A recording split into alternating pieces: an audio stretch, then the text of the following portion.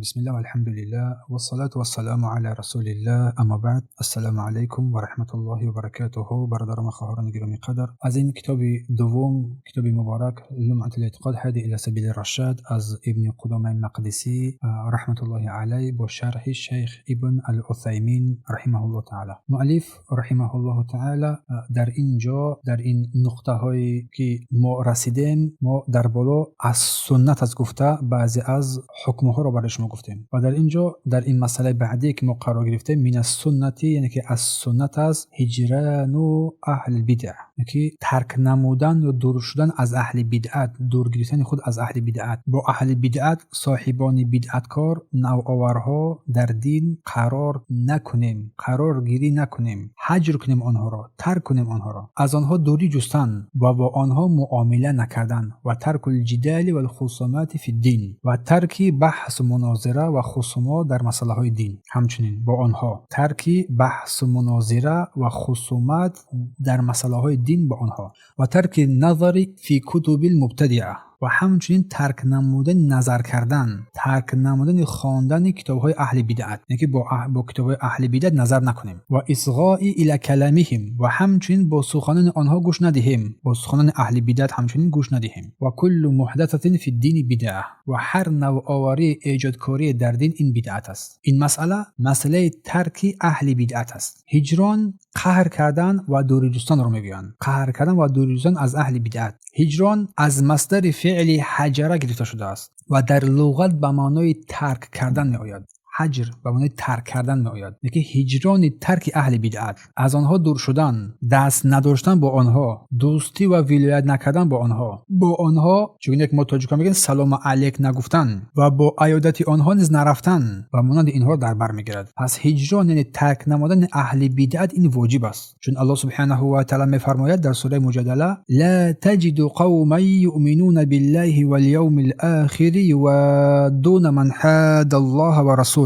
لا تجد قوما یؤمنون بالله والیوم الاخر، هیچ قومی را شما که به الله و روز آخرت ایمان دارند نمیابی. یودون من حاد الله و رسوله، که دشمنان الله را، دشمنان پیامبر الله را دوست بگیرند. یعنی این گونه مسلمان نیست که در یک مورد دشمنان الله را دوست بگیرند و دوستان الله را دوست بگیرند. و همچنین رسول الله صلی الله علیه و سلم کعب ابن مالک و دو همراه او را وقتی که از جنگ تبوک قفا مانده بودند 50 روز هجران کردند. 50 روز هجران کردند، آنها را ترک کردند. اما در اینجا قسمت های استثنایی دارد. اگر نشستن با اهل بدعت برای آن باشد که حق را برایش بیان کنی، خود اهل حق باشی، اهل توان باشی، آنها را حق را بر آنها بیان نمایی و از بدعت آنها را، بدعتی که آنها گرفتار هستند آنها را هشدار بدهی و امیدواری هدایت شدنشان باشی. در این حالت اشکال ندارد که با آنها بنشینی، بلکه گاه این طلب کرده می شود، حتی واجب هم می گردد، تا که آنها را از اون گمراهی هایشان منع بسازی و دور بگردانی. و الله سبحانه و تعالی می فرماید در این مورد: ادعو الی سبیل ربک بالحکمت و موعظه الحسنه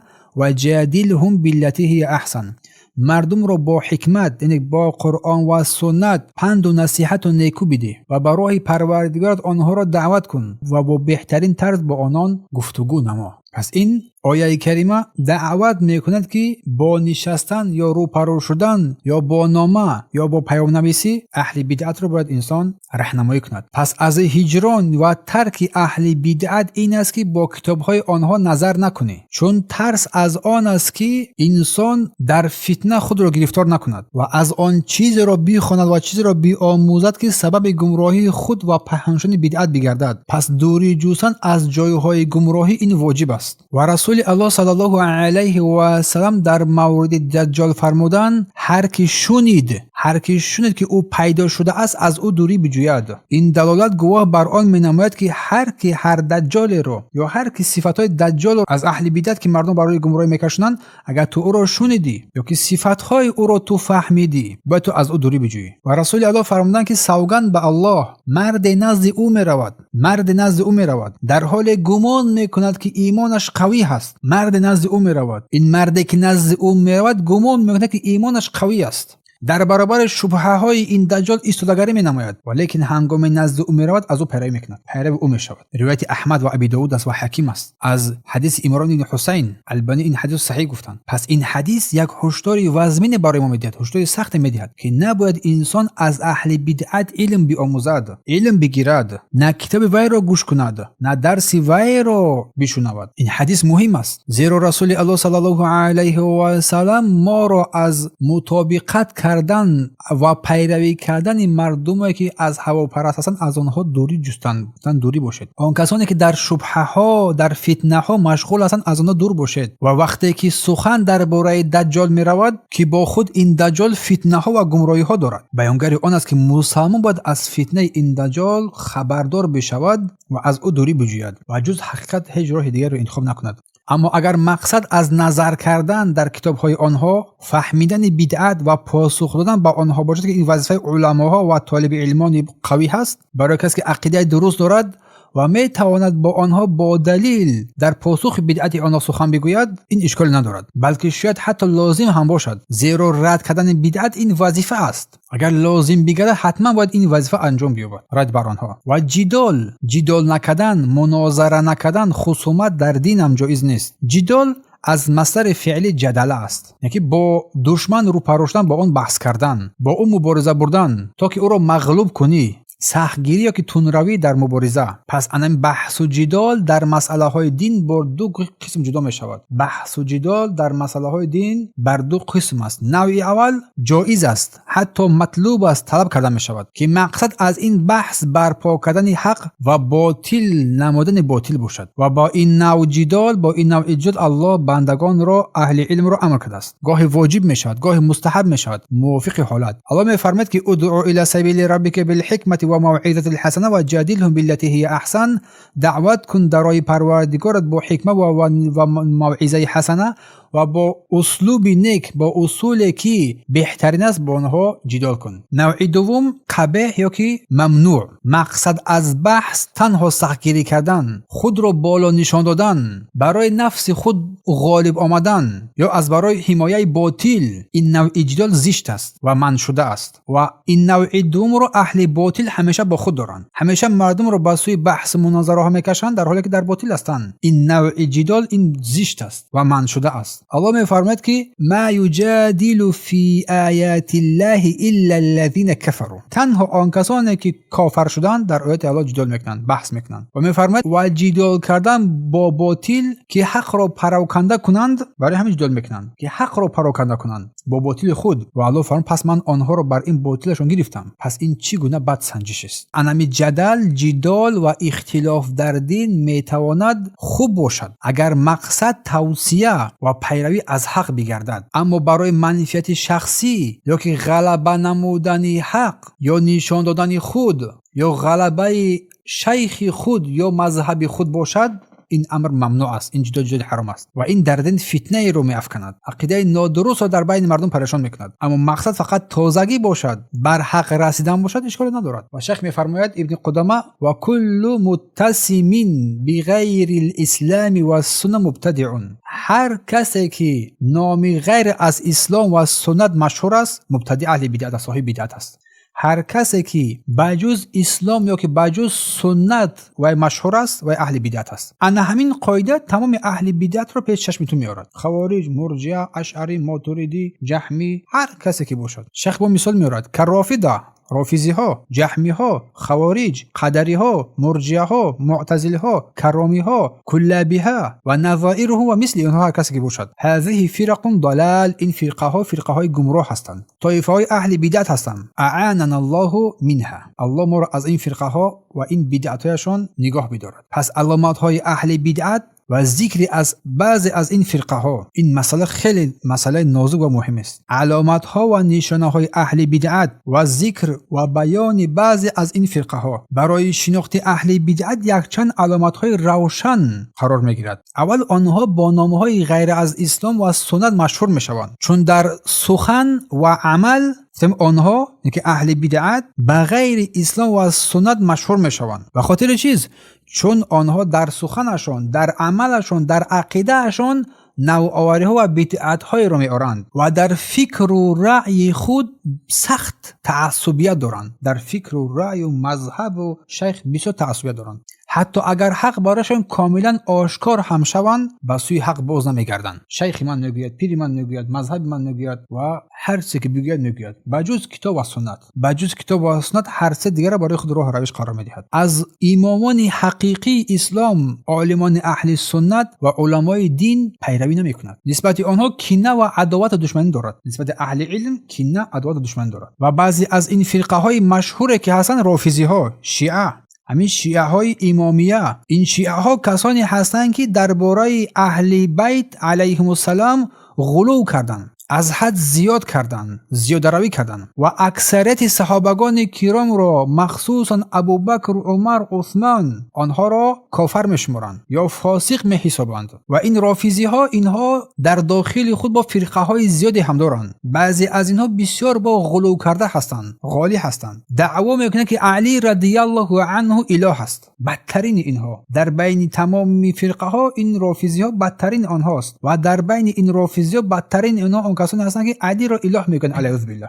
رافضیای که در ایران، در عراق، در سوریه، در این منطقه بر کثرت زیاد هستند. حتی در آذربایجان هم بسیار شدند. در دیار خودمون هم این چیزها الکی منتشر شده است. بعضی از آنها غلوشون باز کمتر است، اما آنها در گمراهی هستند. پس اولین بود این بدعت رافضی ها، این شیعیای امامیه در زمان خلیفه حضرت علی ابن ابی طالب رضی الله عنه اینا اولین پیدایش اینها بود و اساسگذار این دین و رویه این مذهب این شیعه ها عبدالله ابن سبع یهودی، اساسگذار دین شیعه انمی یهودی است. عبدالله ابن سبع میگویند به حضرت علی رضی الله عنه گفت انت الله، تو اله هستی، تو الله هستی. و حضرت علی رضی الله عنه هنگامی که این سخن را از دست اینها شنید، از زبان اینها شنید، امر کرد که او و پیروانشان را همه‌اش را دستگیر نمایند و همه آنها را در آتش بسوزانند، آنها را در بدهند. اما عبدالله ابن سبع گریخت رفت در طرف شهر مدائن، در طرف آن طرفها فرار کرد و پنهان شد. پس چرا آنها را رافضه میگویند؟ این شیعه ها را چرا اینها را رافضه میگویند؟ به خاطر آنه که وقتی که زید ابن علی ابن حسین نبیرگان حضرت علی، زید ابن علی ابن حسین ابن علی ابن ابی طالب رضی الله عنه، رافضی ها از او پرسیدند. وقتی که بر ضد خلیفه ظالم قیام کرد، رافضی ها از او پرسیدند ای این زید ابن علی، در حق ابوبکر و عمر چی نظر داری تو؟ و زید این نبیره حضرت علی گفتند که رحمهم الله، الله هر دو آنها را رحمت مغفرت کند. در این هنگام رافضی ها او را ترک کردند و گفتند که ما از تو روی میگردونیم، نرفضک، تو را ترک میکنیم. برای رافضی ها آنها را نام کردند ترک کنندگان. از همین جا آنها رافضی ها ترک کنندگان نام گرفته شدند. پس سوال نوبتی که چرا خود را شیعه مینامند؟ برای چی بر خود شیعه میگویند؟ چون آنها دعوا میکنند، تنها با زبان دعوا میکنند که آنها گویا اینکه طرفداران اهل بیت باشند، اینکه آنها طرفداران اهل بیت هستند و برای آنها میجنگند و با گفت عقیده آنها اینکه حق امامت فقط به اهل بیت تعلق دارد، نه به کسی دیگری. پس خلاصه این فرقه یکی از کافرترین فرقه هاست، همین شیعه رافضی ها. و از جهت عقیده در صفات الله نیز اختلاف زیادی دارند. بعضی از آنها مشبهه هستند، الله را با مخلوق مانند میگویند. بعضی از آنها معطله هستند، صفات الله را انکار میکنند. بعضیشان میانه رو هستند. ولی همه اینها در عموم از اهل سنت بیرونند. الله همه مؤمنان از این راه گمراهی ایمن نگاه می‌دارد. سپس جهمی ها باشد نسبت به جهم ابن صفوان که در سال 128 از هجری به دست سالم یا سلام ابن احوز کشته شد، قربانی شد. عقیده اساسی این جهمی ها در باب صفات الله تعطیل، این تمام صفات الله را انکار کردند و نفی کردند. در باب قدر جبری هستند، یعنی میگه که انسان یگان اختیار ندارد، مجبور است بر همه کارش. و در باب ایمان ارجاء مرجئه هستند، میگویند ایمان فقط تصدیق با دل است و بس، حتی سخن را داخل نمیکنند. اگر انسان هر گناهی را که انجام بدهد در نزد آنها مؤمن است، کامل ایمان دارد، ایمانش مثل ایمان جبرائیل پیامبران است، هر گناهی را که انجام بدهد. خلاصه این جهمی ها با اتفاق علما اینا کفار هستند، با اتفاق علما این جهمی ها کفار هستند. آنها هم معطله هستند، صفات ها را رد میکنند، هم جبریه هستند، میگویند که انسان مجبور است، هم مرجئه هستند، هم اینها با فرقه های زیادی هم جدا شده هستند. سپس خارجی ها این گروهان هستند که در جنگ صفین بعد قبول تحکیم، یعنی که حاکمی از طرف حضرت علی رضی الله عنه جدا شد، بر ضد او جنگیدند، وقتی که بین علی هنگامی که حضرت عثمان کشته شد، قاتلان حضرت عثمان دستگیر شدند و بین معاویه و علی در اینجا گفتگوهای شد به خاطر قتل انامین کشندگان حضرت عثمان قصاص، کمی این رو به تأخیر انداخت به خاطر مصلحت حکومت و اینجا ضد علی برآمدن علی رضی الله عنه را به قتل رساندند.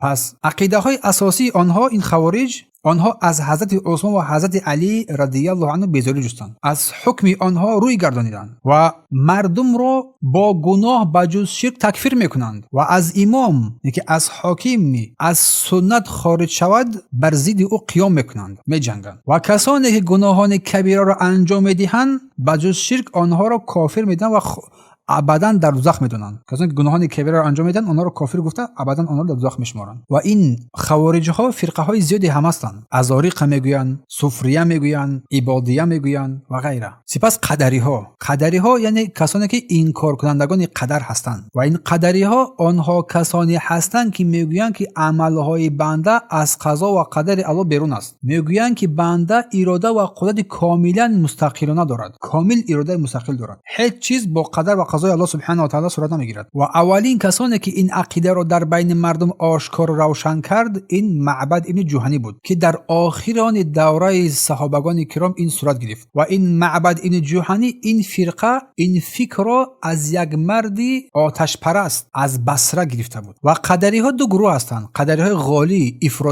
افرادگرایی ها، غلو کرده ها، که این قدری های غلو کردگان علم الله را انکار میکنند، اراده الله را انکار میکنند، قدرت الله را انکار می‌نمایند، قدرت الله سبحانه و تعالی و آفرینش عمل‌های بنده را کاملا انکار می‌کنند. و این گروه تقریبا اکثرا همه اینا نابود شده است. اما قسمت دوم است، علم الله را قبول دارند ولی میگویند که عمل بنده بدون اراده و قدرت و آفرینش الله سبحانه و تعالی صورت نمیگیرد. عمل بنده را از اراده الله بیرون می‌سازند، در حالی که الله میفرماید که و ما تشاءون الا ان شاء الله، ما چیزی را نمیخواهید مگر اینکه الله بخواد آن میشود. این از عقیده امروزه اکثر قدری ها. سپس مرجئه ها کسانی هستند که عمل را از ایمان کاملا جدا میکنند و میگویند که ایمان فقط تصدیق با دل است و عمل با ایمان داخل نمی شود. پس شخصی فاسق و فاجر هم اگر با دل تصدیق کند نزد آنها مؤمن ایمانش کامل است. اگر همه گناهان را کرده باشد و هیچ طاعت هم انجام نداده باشد مؤمن است، ایمان کامل دارد. میگویند که اگر ما کسی را که بعض احکام دین را ترک کرده است کافر بگوییم، این به خاطر آن است که در دلش تصدیق ندارد، نه به خاطر ترک عملش. پس این عقیده مرجئه در مسئله ایمان با عقیده خوارج ها در دو طرف مخالف یکدیگر هستند. خوارج ها با گناهان کبیره که بجز شرک مردم تکفیر میکنند. مرجئه ها خصوصا این جهمیه ها با گناهان به هیچ گناه انسان را از این خارج نمیکنند. الله سبحانه و تعالی ما را از همه این فرقه ها، از همه این گمراهی ها نگاه می‌دارد و از عقیده باطل آنها ما و شما در پناهش نگاه می‌دارد و ما را برای اهل سنت و الجماعت ثابت قدم می‌گرداند. سپس معتزله ها اینا پیروان واصل ابن عطا هستند که از مجلس حسن بصری رحمه الله تعالی جدا شدند، مجلس او را ترک کردند. او و دوستش عمرو ابن عبید گفتند که فاسق یعنی گناهکار آشکارا، کسی گناه آشکارا انجام می‌دهد نه مؤمن است نه کافر است. شخصی که عملهای فسق انجام می‌دهد گفتند وای نه مؤمن است نه کافر است، بلکه منزلت بین این دو را دارد. اما اگر این بی‌توبه اگر از دنیا گذشت در دوزخ دیگر ابدی باقی میماند. در آخر با عقیده خوارج یک شدند. اما این معتزله ها در باب صفات الله سبحانه و تعالی تعطیل، انکار، کاملا مثل جهمیه هستند. در قدریه هستند، عملهای بنده را از قضا و قدر الله بیرون میشمارند و در فعل گناهان کبیره از ایمان خارج و ابدی انسان در دوزخ قرار میدهند. سپس کرامیه میگویند. قسمت دوم پیروان محمد ابن کرام که سال 255 از هجری آنها با تشبیه خدا را الله را به مخلوق مانند کردن سخن میگویند. الله را به مخلوق مانند کردن. تعالی الله عما یقولون. پاک و منزه الله سبحانه از آن چیزی میگویند. و در مسئله ایمان آنها به ارجاع بر مرجئه عمل را از ایمان جدا میکنند و اینها فرقه های زیادی هم دارند. سپس سالمیه که سالمیه پیروان مرد به نام ابن سالم آنها نیز مشبهه هستند. الله را به مخلوق العوض بالله مانند میکنند. و شیخ الاسلام این فرقه ها را خود نامبر کرده و فرمود که به مانند اینها اشعریه اشعریه که مدرسان اشعری ها پیروان ابوالحسن علی ابن اسماعیل ابن اشعری رحمه الله است که ابوالحسن الاشعری در اول عمرش 40 سال زندگیش معتزلی بود. سپس توبهش را آشکار کرد، از این معتزلی ها بیزاری جست و در بیان باطل بودن مذهب آنها آشکارا سخن گفت و سپس بر مذهب اهل سنت و جماعت پیروی کرد. الله او را رحم کند. اما امروز کسانی پیدا شدند که از آن گمراهی ها و خطاگی هایی که در این 40 سال حیاتش بود از آن دست کشید، از اینا پیروی می‌نمایند. همین اشعری که زمان از همون گمراهی وای از توبه وای نه هیچ گمراهی پیدا نشد مگر اینکه از گمراهی و خطاگی های دیگر کسانی که برگشتن آنها را ترک نکردن، آنها را گرفتن، گمراه کردن و گمراه شدن. اما کسانی که بعداً به اون نسبت داده شدن، اشعری های بعدی، به یک مذهب خاص خود استوار ماندند که به یک نام مذهب اشعری گفته معروف هستند و عقیده آنها در باب صفات ها 7 صفات الله را این اشعری ها اثبات میکنند. بس گویا اینکه عقل بر آن دلالت میکنه، هر چه که عقل بر آن دلالت کرد و پذیرش است، خاص دلالت نکرد پذیرش نیست. حیات، علم، قدرت، کلام، اراده، سمع و بصر دیگر رو انکار کردن، تعویل کردن. صفات های دیگر رو مثلا دست، روی، پای، آمدن، نشستن و غیره اینا رو تعطیل کردن، اینها رو به الله نسبت نمیدین و در معنای کلام الله سبحانه و تعالی و قدر و مسائل های دیگر نیز اینها بدعت های زیادی هم دارن. این اشعری ها بدعت های زیادی هم دارن. و سپس اما بالنسبه الى امام في فروع الدين كالطوائف الاربعه فليس بمذموم. میفهمم. اما اگر کسی به یکی از 4 مذهب های فقهی، آن مذهب هایی که ما در بالا گفتیم، همه اینا گمراهی و ضلالت هستند و هیچ یک از مسلمانان خودشون به اینا نسبت ندهد، نسبت داد گمراه شد. اما بجز اینها ابن قدامه میفرمه که بجز این چیزایی که ما در بالا ذکر کردیم، اما اگر کسی به یکی از این مذهب‌های 4 گانه، مذهب‌های فقهی حنفی، مالکی، شافعی، حنبلی منسوب باشد، خدا نسبت دهد، این حالت هیچگاه برای آن مذمت و عیبی نیست. به خاطر چیز میفرماید که فإن اختلاف فی الفروع رحمه، میفرماید زیرا اختلاف در مسائل های فروع دین فقهی این رحمت است و کسانی که در این مسائل ها اختلاف میکنند ذکر میشوند و در اجتهادشان پاداش میگیرند و در اختلافشان رحمت وسیع است. میفرماید که وقتی که همه آنها در یک مسئله یک خیل میگویند، این یک دلیل قطعی و حجت برنده میباشد. و میفرماید نسأل الله ان از الله طلب مینماییم، خواهش میکنیم ان یعصمنا من البدع، که ما را از بدعت ها و فتنه ها در امان نگاه دارد، و یحیینا علی الاسلام و سنه، و ما را بر اسلام و سنت زنده بدارد، و یجعلنا ممن یتبع الرسول، و ما را از زمره آن کسان قرار بده که سنت پیامبر پیروی نماییم فی الحیات، در این حیات، و یحشرنا فی زمرته بعد ممات، و ما را الله حشر بگرداند با رسول صلی الله علیه و سلم برحمته و فضله، آمین، با رحمت و فضل و آمین. و در اینجا و هذا آخر والحمد لله وحده والصلاة والسلام على سيدنا محمد و آله و صحبه و سلم تسلیما. و در اینجا این متن عقیده وسطیه، عقیده مابین به پایان میرسد و حمد و ثنا فقط برای الله است و سلام و صلات و درود بر پیامبرمون محمد صلی الله علیه و آله و آل و اصحابش. پس اختلاف در مسائل های فروع دین فقهی، فروع جمع فرع است، فروع جمع فرع است و فرع در اصطلاح همه مسئله هایی که به عقیده اصول دین ربط ندارد است. فروع دین میگویند تمام آن مسئله هایی که به عقیده و اصول دین ربط ندارد این رو فرع میگویند، بلکه این فروع دین به عمل های ظاهری مربوطند: طهارت، نماز، روزه، زکات، حج، معاملات، نکاح، طلاق و غیره. و اختلاف علما در این مسئله میفرماید این مذمت نیست، بلکه رحمت است، به شرطی که رحمت است به شرطی که از نیت خالص و اجتهاد پاک باشد، نه از هوا و هوس، نه از تعصب مذهبی و کبر و غرور. اگر از این خالی باشد اشکال ندارد. و دلیل ها در زمان پیامبر صلی الله علیه و سلم چنین اختلاف هم بود بعضی از مسائل و آن را انکار هم نکردند. مثلا اگر ما در غزوه بنی قریظه را بگیریم، پیامبر صلی الله علیه و سلم فرمود که هیچ کس نماز عصر را نخواند مگر که در قبیله بنی قریظه. هیچ کس نماز عصر را نخواند مگر در قبیله بنی قریظه. بعضی از صحابه که راه دیر شد نماز را در راه خواندند از ترس بیرون شدن وقت نماز. بعضی دیگر نماز را نخواندند مگر اینکه در آن بنی قریظه رسیدند و رسول الله هیچ کدام از آنها را سرزنش نکردند. پس صحابگان کرام که بهترین نسل بودند در مسائل اختلافی اختلاف داشتند، ولی یکدیگر را کافر فاسق نمیگفتند. پس انمی اختلاف در فروعات میشد باعث کینه یا که بی‌عدالتی و پراکندگی امت نباید شود، مادامی که در اصول دین و عقیده اختلاف ندارند. و معنای سخن مؤلف که اختلاف کنندگان مختلفان در فروع که محمود حسن ستایش شده هستند، یعنی هیچ کس مذمت باید نشود، حتی اگر کسی خطا کند هم، چون با نیت پاک و اجتهاد این را کرده است و پاداش میگیرد. اگر درست بگوید 2 پاداش میگیرد، اگر خطا کرد 1 پاداش میگیرد. و قول مؤلف که اختلاف در فروع رحمت است، این گپ هم در بین مردم منتشر است. معنیش که الله سبحانه و تعالی امت را از چیزی که برایشان مشکل بود آزاد کرد و آنها را تنها فقط